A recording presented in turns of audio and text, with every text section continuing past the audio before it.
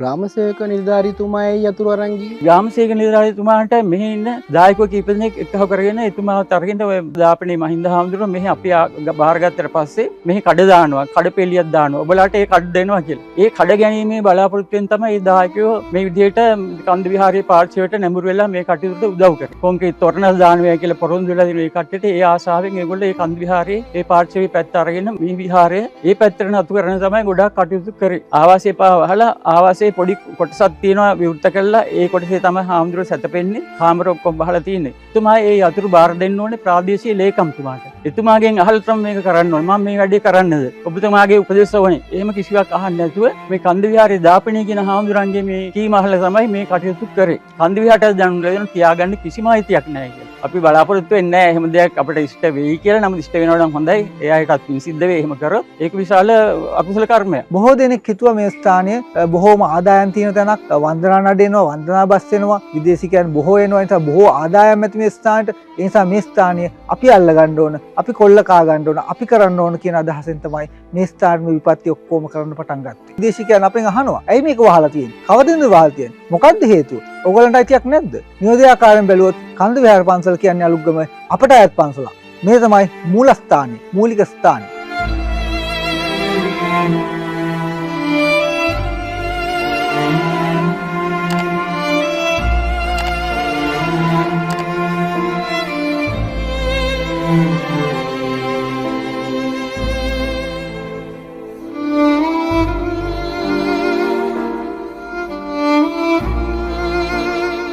ආයිබෝවන් අද අපි ඇවිල්ලා ඉන්නේ ගලපාත රජමහා විහාරයට. අපිට ආරංචි වුණා සීගිරිය අනෝම ලොකු හාමුදුරුවෝ හදිස්සියේ හෘදාබාධකින් අපවත් වුණ උවත දැනගන්න ලැබුණා. ඒකත් එක්ක අපි අද ගලපාත රජමහා විහාරයට ඇවිල්ලා ඉන්නවා පන්සලේ දැන් වර්තමාන තත්ත්වය සොයා බලන්න.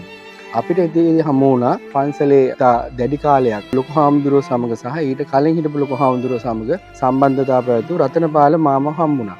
රතනපාල මාමා දැන් කොහොමද මේ පන්සලේ තත්ත්වය? මෙහි වැඩ හිටපු අපේ සීගිරියේ අනුමනායක හාමුදුරුවෝ සැප්තැම්බර් මාස 5 වෙනි දින මේ අපවත් වදාළා. උන්වහන්සේගේ සද්දින ඒ කටයුතුත් අපි දායකයෝ එකතු වෙලා ඒ කටයුතු සේරම හොඳට කරා.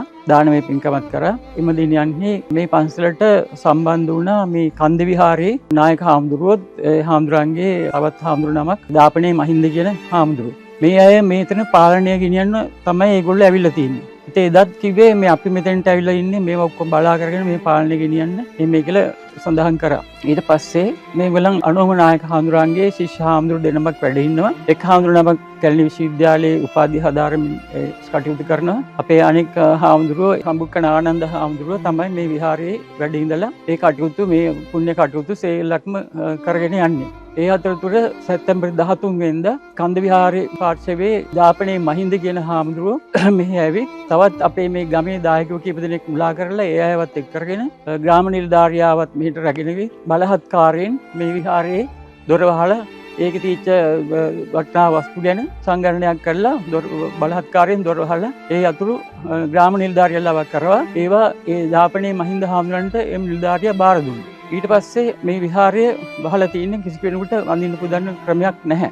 මේ විහාරස්ථානට දහස් ගණන් බැතිමතුන් එනවා. ඒ අය සේරම මේ චෛත්‍ය මළුව විතරක් වන්දනා කරලා විහාරය වන්දනා කරන්න විදිහක් නැහැ. මේ වැඩිසිල් ධාතුන් වහන්සේලාට බුදු පූජා තියන්න වතාවත් කරන්න විදිහක් නැහැ. ඒ අය විහාරයේ දොර ගාවට පැමිණලා මල් පූජා කරලා එහෙම යනවා. දැන් මහනුවර දළදා මාලිගාවෙන් දළදා වහන්සේ ඒ වැඩ සිටින ස්ථානයට බුදු පූජා තබන්න ප්‍රථම ඒ විහාර මළුවේ තමයි ගොඩක් වතාවත් කරන්නේ.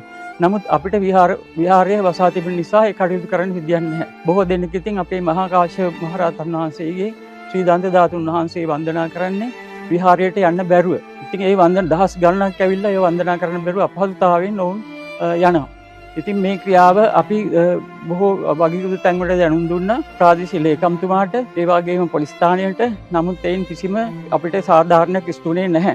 ඊට අනතුරුව අපි ගාල්ල මහදිසාපතිතුමාටත් දැනුම් දුන්නා. එතුමාට දැන් දීලා එතුමා බෞද්ධ කටයුතු කොමසාරිස්තුමාට දැනුම් දෙන බව ප්‍රකාශ කළා. මේ අතරතුර අපේ විශ්වවිද්‍යාලයේ වැඩවසන ඒ අධ්‍යාපන ලබන ඒ හාමුදුරන්ට ධම්මරන්සි හාමුදුරන්ට මලවත මහ විහාරයට දැනුම් දුන්න පස්සේ මාස කීපයක් ගියාට පස්සේ විහාරාධිපති ධූරය ලැබුණා. ඒ ලැබුණත් අපිට තාම මේ විහාරය විවෘත කරගන්න බැරි වුණා. මහානායක හාමුදුරුවෝ ලිපි කීපයක්ම කන්ද විහාරයට දැනුම් දීලා තියෙනවා. කිසිම අයිතියක් නැහැ මේ යතුරු තබා ගන්න. ඒවා වහාම මේ විහාරාධිපති හාමුදුරුවන්ට බාර දෙන්න කියලා. ඒකට කිසිම ප්‍රතිචාරයක් නැහැ. ඉතින් මේ ශාසන ආරක්ෂක බල මණ්ඩලයටත් මේව තියාගන්න අවසරයක් නැහැ කියලා මහනුවර මලුතු පාර්ශවයේ මහානායක හිමියන් ලිපි දෙකක් මගින් දැනුම් දීලා තියෙනවා. ඉතින් ඒ අතරතුර දැනට මේ විහාරයේ වසා තබන කිසිවෙකුට මෙහි වන්දනා කරන්න පුළුවන් කමක් නැහැ.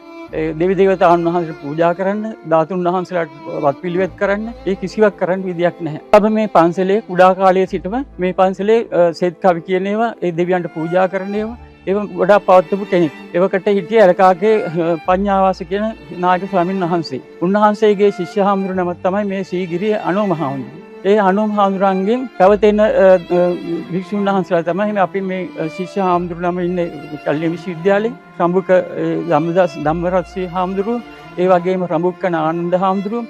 මේ හාමුදුරුවෝ නිසා මේ ස්ථානීය විහාරදුවරේ අයිතිවාසිකම් තියෙනවා. අපි මේ බව දායක සභාව රැස්වලත් අපි යෝජනා කරලා ප්‍රකාශ කරා. ඒ තාම අපිට රාජකාරී මට්ටමින් හෝ ප්‍රාදේශීය ලේකම්තුමාගෙන් හෝ මහදිසාපතිතුමාගෙන් හෝ මේ සම්බන්ධයෙන් අපිට මේ විහාරය විවෘත කර ගැනීමට කිසිම සාධාරණයක් තාම ඉස්තුනේ නැහැ. රතනපාල මාමා මේ ග්‍රාම සේවක නිලධාරීතුමායි යතුරු අරන් ගියේ.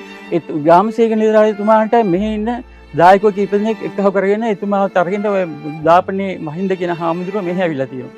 ඉතින් මේ දැන් මේ ගමේ දායකයෝ 4-5 දෙනෙකුට කියලා තියෙනවා දාපනේ මහින්ද හාමුදුරුවෝ මෙහි අපි බාරගත්තට පස්සේ මෙහි කඩ දානවා, කඩ පෙළියක් දානවා. ඔබලාට ඒ කඩ දෙනවා කියලා. ඒ කඩ ගැනීමේ බලාපොරොත්තුෙන් තමයි මේ දායකයෝ මේ විදිහට කන්ද විහාරයේ පාර්ශවයට නැඹුරු වෙලා මේ කටයුතුට උදව් කරේ. මිල මුදල් වල ප්‍රයෝජනෙ ලබාගෙන තමයි මේගොල්ලෝ මේ වැඩ කටයුතු කරලා තියෙන්නේ. ඉතින් දැන් අපි කොතෙක් මේ මිනිස්සුන්ට මේව පැහැදිලි කරත් ඒගොල්ලෝ ඒක පිළිගන්නේ නැහැ. ඒගොල්ලන්ට මේ කඩ ගන්න ආසාව. එතකොට මෙතන මේ කොන්ක්‍රීට් තොරණ දානවා කියලා පොරොන්දු වෙලා තියෙන මේ කට්ටියට ඒ ආසාවෙන් ඒගොල්ලෝ ඒ කන්ද විහාරයේ ඒ පාර්ශවයේ පැත්ත අරගෙන මේ විහාරය ඒ පැත්තට නතු කරන තමයි ගොඩාක් කටයුතු කරේ. එතකොට ඔබතුමා දන්න විදිහට මේ ග්‍රාම සේවක නිලධාරීතුමාට පන්සලක යතුරක් ගෙනියීමට අවසර තිබේද? එතුමාට යම් ගැටළු අවස්ථාවක එහෙම කරන්න හැකියාවක් තිබුණත් ආරක්ෂාව පතා එතුමා ඒ යතුරු බාර දෙන්න ඕනේ ප්‍රාදේශීය ලේකම්තුමාට. එතුමාගෙන් අහලා තමයි මේක කරන්න ඕනේ. මම මේ වැඩේ කරන්නද? ඔබතුමාගේ උපදෙස් ඕනේ. එහෙම කිසිවක් අහන්න නැතුව මේ කන්ද විහාරයේ දාපණී කියන හාමුදුරන්ගේ මේ කීම අහලා තමයි මේ කටයුතු කරේ. ඒතකොට ග්‍රාම නිලධාරීතුමා වැරදි දෙකක් කරලා තියෙනවා. එකක් යතුර නිසියාකාරකින් තොරව ලබා ගැනීම සහ නිසියාකාරකින් තොරව තවත් කෙනෙකුට පැවරීම. එතකොට ඒ සඳහා නීතිමය පැත්තෙන් කිසිම හවුහරණක් ලැබෙන්නේ නැහැ. නීතිමය පැත්තෙන් අපි දැනුම් දීලා තියෙනවා මේ ප්‍රාදේශීය ලේකම්තුමාට, ගාල් මහදිසාපතිතුමාට මේ වනතුරු තාම නීතිමය පැත්තෙන් කිසිම විසඳුමක් ලැබිලා නැහැ. මේ බුද්ධ ශාසනයේ තියෙන එකම ලෝකයේ තියෙන එකම රටේ පන්සලක යතුරක් ග්‍රාම නිලධාරීතුමා මේ විදියට මේ සෙල්ලමක් ලෙස අරගෙන යෑමේදී ලොකු ගැටලු මතුවෙනවා. ඒකට මේ ඒතර මහානායක හාමුදුරුවෝ ලියුමක් දුන්නයි කියලා කිව්වා. ඒ ලියුමටවත් මේගොල්ලෝ අවනත වෙන්නේ නැද්ද? නෑ. මහානායක හාමුදුරුවෝ ලියුම් එවලා තියෙනවා. ශාසන ආරක්ෂක බල මණ්ඩලයත් එවලා තියෙනවා. මේක තියාගෙන තහනම් වහාම මේ අපේ නව විහාරද්වීප සම්මුඛ ධම්මරන්සි හාමුදුරන්ට බාර දෙන්න කියලා. කන්ද විහාරයට දැනුම් දෙන්න තියාගන්න කිසිම අයිතියක් නැහැ කියලා. ඔව් අපිට කාටවත් දොස් කියන්න බෑ. අපි හිතමු කවුරු හරි මේක බාර අරගෙන කරන් ඉන්නවයි කියලා. නමුත් ඒක නිසියාකාරයෙන් වෙන්න එපා නේද? එතකොට මේ සඳහා දැන් මේ මහානායක හාමුදුරුවෝ දුන්න ලියුමට ප්‍රතිචාර මේගොල්ලෝ නොදක්වන එකටවත් ඊට පස්සේ ක්‍රියාමාර්ගයක් ගත්තේ නැද්ද? ඊට පස්සේ දැන් මේ කන්ද විහාර පාර්ශවයෙන් යොමු කළා තියෙනවා මේ විහාරාධිපතිවරයා අපි පිළිගන්නේ නැහැ කියලා. ඊට පස්සේ ඒගොල්ලෝ විරෝධතාවක් යොමු කළා තියෙනවා දිසා අධිකරණය. ඒකේ විරෝධතාවට අපේ මේ මහානායක හාමුදුරුවෝ ඒ ලිපි දෙකම නඩුකාරුණාංශයට ඉදිරිපත් කළා තියෙනවා. ඒ අනුව නඩුකාරුණාංශේ දැනුම් දුන්නා දෙපාර්ශ්වයම එන්න මාර්තු 5 වෙනිදාට එදිනට අපි සමතයකට පත් කරන්න. මේ එන 5 වෙනිදාට. මේ එන 5 වෙනිදා. එදාට සමතයකට පත් කළා මේ කටයුතු අවසන් කරන්න. එදාට උත්තරයක් ලැබෙයි කියලා බලාපොරොත්තු වෙනවද? මෙච්චර විරුද්ධකම් කරා ගොඩක් අපි බලාපොරොත්තු වෙන්නේ නැහැ. එහෙම දෙයක් අපිට ඉෂ්ට වෙයි කියලා. නමුත් ඉෂ්ට වෙනවා නම් හොඳයි. ඒ අයටත් පින් සිද්ධ වෙයි එහෙම කරොත්. දැන් මේ විහාරයේ වහලා මේ කිරීමෙන් කරන්නේ බුදුරජාණන් වහන්සේ වන්දනා කිරීම මේ දෙවි දේවතාවුන් වහන්සේට පුදු පූජා තිබීම නැවැත්වීමක්. ඒක විශාල අකුසල කර්මයක්. ඉතින් මේ බුදුහාමුදුරන්ගෙන් මේ විදිහට බුදුහාමුදුරන්ට මේ වගේ බාධා ඇති කරන එක සුදුසු ක්‍රියාවක් නෙවෙයි. මම හිතන්නේ මේ අපේ බුද්ධ ශාසනය රැකගන්න ඕන අය මේ විදියට මිල මුදලට කඩේකට තොරණකට මේක පාවලා දෙනවා කියන්නේ හරි විහිළුවට ලක් වෙන කාරණාවක්. රත්නපාල මම බැලුවේ නැද්ද තව කාවාරි යොමු කරගෙන විශේෂ පුද්ගලයන් ඉන්නවා නීතියට අදාළව අපේ බෞද්ධාගම කටයුතු වලට අදාළ නිරත පුද්ගලයෝ ඉන්නවා. ඒ වගේ කෙනෙක්ව යොමු කරගෙන මේ ප්‍රශ්නේ මේ ප්‍රශ්නේ යොමු කරන බෞද්ධ කටයුතු කොමසාරිස්තුමා හම්බන්නත් ගියා. එදා එතුමා හිටියේ නෑ. එතුමාගේ නියෝජ්‍ය ජෙනරල් තුමිය හිටියේ. එතුමියට අපි කරුණු පැහැදිලි කරා. ඊට පස්සේ අපි ගියා ජනාධිපති ලේකම්තුමෙක් හම්බෙන්න. කොටුවේ ජනාධිපති මන්දිරයේ අභිස. එතුමා හම්බෙලා එතුමා ලිපියක් දුන්නා බෞද්ධ කටයුතු කොමසාරිස්තුමාට යොමු කරන්න කියලා. ඒ ලියුම අපි යොමු කරලා තියෙනවා. ඉතින් මේ ඒ ගැනව තවම මේ සම්බන්ධයෙන් ඉතින් අර අපේ විහාරාධිපති හාමුදුරන්ගේ පත්වීම බෞද්ධ කටයුතු මේ කොමසාරිස්තුමා පිළි අරගෙන අපිට ඒ බව දැනුම් දීලා තියෙනවා. ඒ ගැටලුවක් නැහැ. නමුත් විහාරය ඇරීම සම්බන්ධයෙන් මේ වෙනතුරු තවම ක්‍රියාමාර්ගයක් නැහැ. අපි බලාපොරොත්තු වෙන කවුරු හරි ඇවිල්ලා මේකට ඉදිරිපත් වෙලා මේ ප්‍රශ්න निराකරණය කරලා දෙන්න කියලා මේ නීති මේ පැත්තට යොමු වෙලා තියෙන අයගෙන් හොඳ පිළිතුරක් ලැබෙන්න කියලා බලාපොරොත්තු වෙනවා. මීට අමතරව මේ හාමුදුරුවෝ විඳින දුක් ගැහැට මොනවාද මේ වෙනකොට? හාමුදුරුවන්ට දැන් මේ විහාර මන්දිර විතරක් නෙවෙයි ආවාසයේ පවා වහලා තියෙන්නේ. ආවාසයේ පවා වහලා ආවාසයේ පොඩි කොටසක් තියෙනවා විවෘත කරලා ඒ කොටසේ තමයි හාමුදුරුවෝ සැතපෙන්නේ සියලු කටයුතු කරගන්නේ. කාමර ඔක්කොම වහලා තියෙන්නේ. තව අපේ අසනීප වුණ අංශභාගය හැදුණු එක තැන්ව ඉන්න ස්වාමීන් වහන්සේ නමක් ඉන්නවා. උන්වහන්සේගේ කාමරයේ තියෙන උන්වහන්සේට සත්කාර කරන අපේ දායකයෝ ඇවිල්ලා විහාරාධිකාරී ස්වාමීන් වහන්සේ බොහොම දුක් විඳින මේ ස්ථානයේ ඉඳගෙන ඒත් ආගමික වතාවත් ජනතාවගේ ඕනෑකම් ඔක්කොම සපුරනවා දුක් විඳගෙන හරි. දැන් මේ අපේ විහාරාධිකාරී හාමුදුරුවෝ බිම පොඩි මෙට්ටියක් දාලා සතපුනේ මදුරුව පවා ඉන්නවා. ඉතින් බොහොම දුක් විඳගෙන උන්වහන්සේ වැඩ හිටියේ. ඒක දැකලා අපේ දායකයෙක් මේ මෑතකදී පොඩි ඇඳක් ගෙනහල්ලා මේ දංගෙට ඉදිරිපස්ස තියෙනවා මේ කොරිඩෝවක් වගේ තැන. අන්න එතන ඒ මැදමිදුල වගේ එන්න එතනින් අයිනෙන් මේ ඇඳ තියලා උන්වහන්සේට සැතපෙන්න අවස්ථාව සැලසලා දීලා තියෙනවා. එහෙත් එතන පිනිබානව ඒ කටයුතු කරනවා. මොකද එතන තියෙන්නේ මැදමිදුල. ඒ නිසා උන්වහන්සේ එතන දවල් කාලයට හිටියත් රාත්‍රියට නම් ඉන්නේ නැහැ. මේ කාරණා එක්ක මම දකින්නේ අපේ රටේ මාධ්‍යවේදීන් ලොකු පිරිසක් ඉන්නවා. බුද්ධ ශාසනයට ලැබි YouTube අවකාශය ගොඩක් අය ඉන්නවා. ඒ සියලු දෙනාම එන්න ගලපාත රජමහා විහාරයට. එල්පිටිය ප්‍රධාන පාරේ ගලපාත රජමහා විහාරයට එන්න. මෙම ගලපාත රජමහා විහාරය දේවානම්පියතිස්ස රජ දවසේ ඉඳන් මේ පන්සල නිර්මාණය වෙලා තියෙන මේක රජමහා විහාරයක්. ඉතින් මේක ලෝකෙට ඉදිරිපත් කරන්න මෙතන තියෙන ප්‍රශ්න මේකේ සියලුම තතු ලෝකෙට කියා පාන්න. මොකද අපේ බුද්ධ ශාසනය රැකෙන්නේ මේ වගේ රජමහා විහාර රැකුණොත් තමයි. ඒතකොට මේ තියෙන දුක් ගැහැට මේ තියෙන අමතර බාධා මේ සියල්ල මේක තුරන් කරලා මේ අපේ බුද්ධ ශාසනයේ තියෙන ප්‍රශ්න නැති කරන්න සියලු දෙනාම මැදිහත් වෙන්න. මම විවෘත ආරාධනාවක් කරනවා අපේ රටේ ඉන්න සියලුම දෙනාම හෙට ඉඳන් මෙතනට ඇවිල්ලා මේකේ තියෙන දේවල් තව ලෝකෙට ඉදිරිපත් කරන්න කියලා. ඔබතුමාගේ කතාවට මමත් එකඟ වෙනවා. මමත් ඒ දැන් පුද්ගලික වාසි හෝ නැතා හෝ ඒ නොමගගේ පිරිසටත් මම ආරාධනය කරන්න කැමතියි. ඒ සියලුම දේවල් අමතක කරලා දාලා මේ විහාරය විවෘත කරලා තමුන් අතින් කිසියම් අකුසලයක් වැරද්දක් සිදු කරන බුදුරජාණන් වහන්සේ වැඳ පුදාගෙන ඒ සමා කරගෙන මේ ස්ථානයට ලැබිව කටයුතු කරලා මේ ස්ථානය දියුණු කරන්න ඒ වගේම පුදු පූජා තියන්න ලෝකයේ මේකව සම්පත වගේ තියෙන මේ මහා කාශ්‍යප දළදා වහන්සේ රැකගෙන වන්දනා කරමින් Tamanගේ වැරදි ක්‍රියා අමතක කරලා යහපත් මාර්ගයට එන්න කියලා මම ආරාධනය කරනවා. ඊටා ගෞරවයෙන් කාරුණිකව. දැන් අපිට මුණ ගැහුණා මේ අපේ ගලපාත රජමහා විහාරයේ විදේශ සංචාරකයන්ට මඟ පෙන්වන්නේ මේ අපේ දුමිත් මහතා. ඔබතුමා දකින විදියට ඔබතුමාට මොනවාද මේ පැන නැගින ගැටලු? මම දැන්ට අපගේ අපවත්තිව දාල සීගිරියේ අනෝමා විහාර නායක ස්වාමීන් වහන්සේ වැඩ සිටිය කාලේ ඉඳලා අවුරුදු 10ක් පමණ කාලයක් ඉඳලා තමයි මම මේ ස්ථානයේ මේ කටයුත්ත කරන්නේ. විදේශිකයන් පැමිණියාම එයාට අපේ රටේ ඉතිහාසය, අපේ රටේ අභිමානය, චිත්‍ර කලාව, මූර්ති කලාව, ඒ වගේ බුදුදහම පිළිබඳව මේ සංගවිලා තියෙන දේවල් පිළිබඳව මේ සියල්ල මම විදේශිකයන්ට පැහැදිලි කරලා දෙනවා. එයා බොහොම සතුටු වෙනවා ඒ පිළිබඳව. මේට වසර 10කට පෙර ඉඳලා තමයි මම මේ කටයුතු ආරම්භ කරේ. නායක හාමුදුරන්ගෙත් විශේෂයෙන් අපේ ගමේ සතර පෙර දායකකාරකාදීගේ අනුමැතියෙන් තමයි මම මේ ස්ථානයේ මේ කටයුතු වෙන යොදවලා තියෙන්නේ. අද වෙනකම් මම මේක සාර්ථකව කරගෙන ගියා. නමුත් මේකේ දුර්වලතා පටන් ගත්තා එදා නායක හාමුදුරුවෝ අපවත් වෙච්ච දවසේ ඉඳලා. සැප්තැම්බර් 5 වෙනිදා මේ කටයුතු හරියාකාරව කරගන්න බැරි හේතු කාරණා මතුවෙනවා.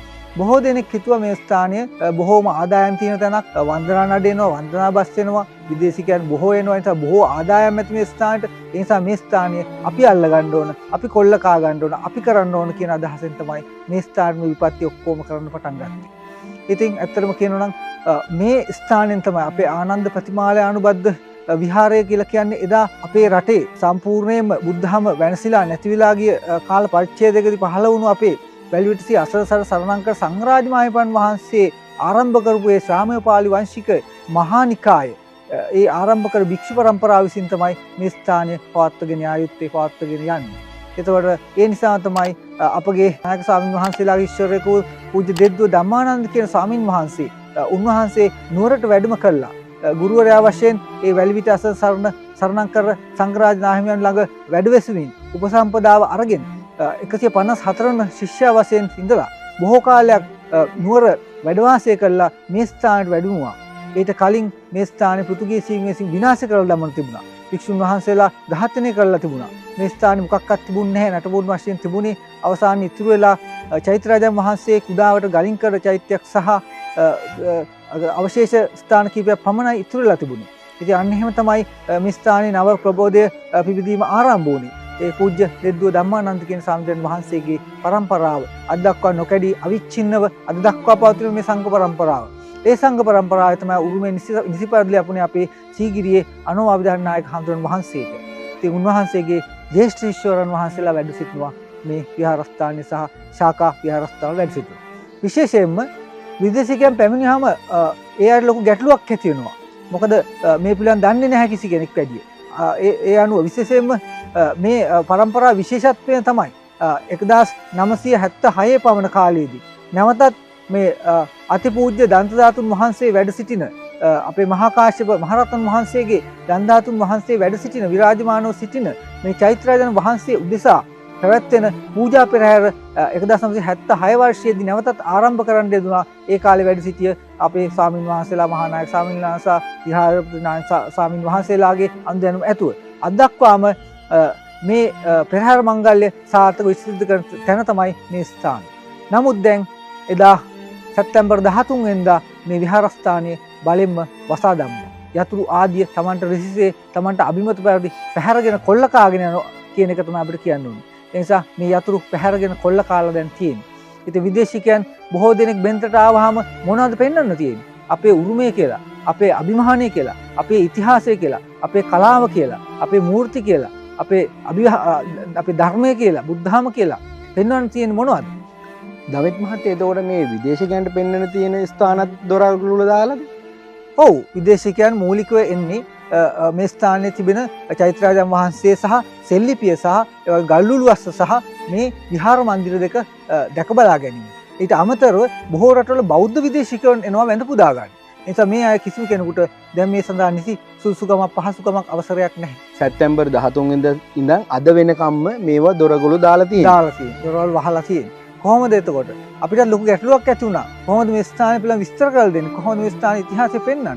ඒ විතරක් නෙවෙයි. විදේශිකයන් මෙවැනි කාරණාවක් දැනගත්තොත් මොකක්ද වෙන්නේ? මේ වගේ බෞද්ධ පිරිසක් මේ බෙන්තර ඉන්නේ කියලා හිතන්න පුළුවන්. ඇයි බෞද්ධ ජනතාවම තමන්ගේම සහෝදර පන්සලකට මෙහෙම හතුරුකම් කරන්නේ? ඇයි තමන්ගේම සහෝදර පන්සල් වලට මෙහෙම හතුරුකම් කරන්නේ? බුදුහාමුදුරන්ගෙන් පරිගන්ධ මේගොල්ලෝ මේ ආකාරයෙන් වැඩ කරන්නේ. නැත්තම් ඇතුලේ වැඩ සිට දේවතාවුන් වහන්සේලාගේ ඒ දේව කුටිවල වැඩ සිට දේවතාවුන් වහන්සේලාගෙන් පරිගන්ධ මේ වැඩේ කරේ. ඒ නිසා එහෙම හිතන අවස්ථා තියෙන විදේශිකයන් අපෙන් අහනවා. ඇයි මේක වහලා තියෙන්නේ? කවදින්ද වහලා තියෙන්නේ? මොකද්ද හේතුව? ඕගොල්ලන්ට අයිතියක් නැද්ද? අපි පැහැදිලි කරනවා කෙටියෙන් මෙහෙමයි. මේ ස්ථානයේ ගොඩනැගුණු තැනක් තමයි කන්ද විහාරය කියලා කියන්නේ. 1934 වර්ෂයේ මේ ස්ථානයෙන් ගිය නායක ස්වාමින් වහන්සේ නමක් කන්ද විහාරයේ වස් සමාදන් වුණා. එයින් පසු ඒ නායක ස්වාමින් වහන්සේ එහෙම නතර වුණා. ඒ ආකාරයෙන් තමයි කන්ද විහාර පන්සල පටන් ගන්නේ. නියෝදයාකාරයෙන් බැලුවොත් කන්ද විහාර පන්සල කියන්නේ අලුත්ගම අපට අයත් පන්සලක්. මේ තමයි මූලස්ථානය, මූලික ස්ථානය. ඊපත් අටගණේවත් අෂ්ටමහා මූලායතන අතරින් ගලතුරු මූල, සේලාන්තර මූල, ශෛලාන්තායතන මූල නොඑක ආකාරයේ බෙහෙතර බිහිමතිත්ව විහාරය වශයෙන් හඳුන්වන මේ විහාරය. අපි තමයි දැන්ටත් අවුරුදු 49ක් එක දිගට මේ ආකාරයෙන් හැකියාවරින් පෙරහැර මංගල්‍ය පවත්වලා. ඒ කොයි වගේද? රාජ ආඥාවක් නිසා. එදා රජු ආඥා කරා නුවර වැඩ සිටින අපගේ සෙන්කඩගල්පුර අමාමෑන් ශාක්‍ෂී බුදුපියාණන් වහන්සේගේ දන්තදාසුන් වහන්සේට යම් උපහාරයක් කරන්නේද? ඒ ආකාරයෙන්ම අනුබුදු මහා කාශ්‍යප මහතම වහන්සේගේ දන්තදාතම වහන්සේලා උදෙසාද ඒ ආකාරයෙන්ම පෙරහැර පැවැත්විය යුතුයි, පූජෝපහාර පැවැත්විය යුතුයි කියලා සංදේශක ආවේ පමණක් මේ බොහෝ ඉතිහාස ග්‍රන්ථයන් බව සඳහන් කරලා තියෙනවා. අපි ප්‍රාර්ථනා කරමු ඉතා ඉක්මනින් මේ ප්‍රශ්න විසඳී කලින් තිබ්බ විදියට අපේ ගලපාත රජ මහ විහාරය ඉතා ඉක්මනින් යථා තත්ත්වයට පත් වෙන්න කියලා ප්‍රාර්ථනා කරමු. මම නැවත නැවතත් ඉල්ලා සිටිනවා අපේ මාධ්‍යවේදීන් YouTube අවකාශයේ ඉන්න අපේ සහෝදර සහෝදරියන් සහ සියලු දෙනා මෙතනට එන්න ඇවිල්ලා මේක බලන්න. මේකේ තවත් ප්‍රශ්න තියෙනවා සංගවිච්ච ගොඩක් දේවල්. ඒ දේවල් ලෝකෙට ඉදිරිපත් කරලා මේ රජ මහ විහාරය අපේ බුද්ධ ශාසනයට සහ අපේ අනාගත පරපුරට විදේශිකයන්ට බලා ගන්න ඉතා ඉක්මනින් නිවැරදි ආකාරයෙන් අපේ රටට ලබා දෙන්න කියලා මේකට සම්බන්ධ නීති සහ අයිතිවාසිකම් තියෙන මහානායක හාමුදුරුවන්ටත් බුද්ධ ශාසනයට ලැබි සියලු දෙනාටම ආරාධනා කර සිටිනවා. ස්තුතියි.